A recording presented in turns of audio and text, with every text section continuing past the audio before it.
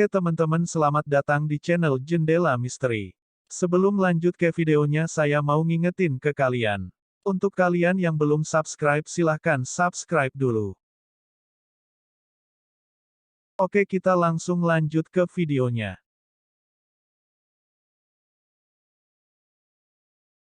Sejarah Gunung Lawu, Legenda Brawijaya V, dan Misteri Pendakian.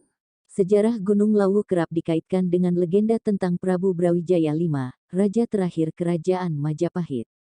Gunung Lawu menjadi salah satu gunung di Jawa yang sering menjadi lokasi kegiatan pendakian. Kendati begitu, cukup banyak misteri yang menyelimuti gunung setinggi 3.265 meter ini. Sejarah Gunung Lawu pun kerap dikaitkan dengan legenda tentang Prabu Brawijaya V, raja terakhir Kerajaan Majapahit. Terletak di perbatasan dua provinsi, meliputi Kabupaten Karanganyar di Jawa Tengah serta Kabupaten Ngawi dan Kabupaten Magetan di Jawa Timur, Lawu menempati posisi ke-76 gunung tertinggi di dunia. Gunung ini memiliki 3 puncak, yaitu Hargo Dalem, Hargo Dumiling, dan yang paling tinggi bernama Hargo Dumilah. Gunung Lawu sebenarnya termasuk gunung api. Bahkan, Stephen Baksol dalam buku bertajuk Indonesia, 2003, menyebut bahwa Lawu merupakan salah satu gunung volcano terbesar di Jawa. Hanya saja, gunung ini cukup lama, beristirahat, alias tidak aktif lagi untuk sementara. Tercatat, Gunung Lawu terakhir kali erupsi pada tanggal 28 November tahun 1885.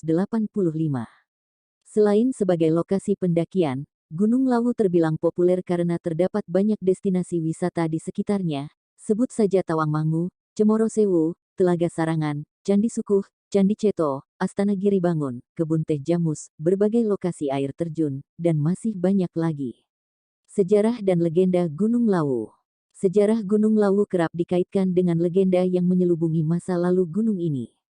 Keberadaan Candi Sukuh dan Candi Ceto seolah menjadi penanda bahwa Gunung Lawu terhubung dengan Kerajaan Majapahit, terutama di masa menjelang keruntuhannya yakni pada abad ke-15 Masehi. Puncak Lawu disebut-sebut menjadi tempat bersemayamnya Prabu Brawijaya V, raja terakhir Majapahit.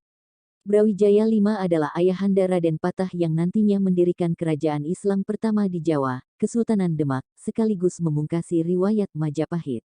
Terlepas dari pro dan kontra yang kemudian muncul, keterkaitan Prabu Brawijaya kelima dengan Gunung Lawu tercatat dalam beberapa referensi.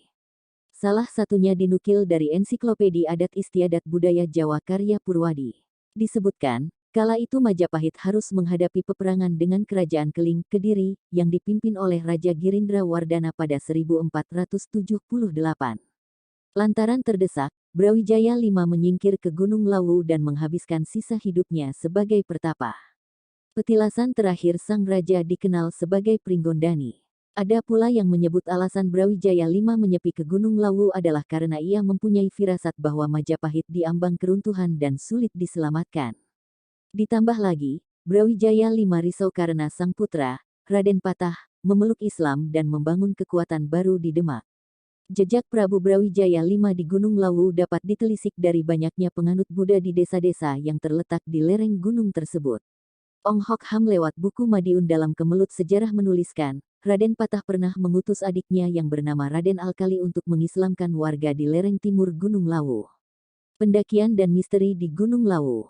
Ada 3 jalur utama pendakian untuk menuju puncak Gunung Lawu, yakni dimulai dari Cemoro Kandang di Tawangmangu, Jawa Tengah, Candi Ceto di Karanganyar, Jawa Tengah, atau Cemoro Sewu di Sarangan, Jawa Timur.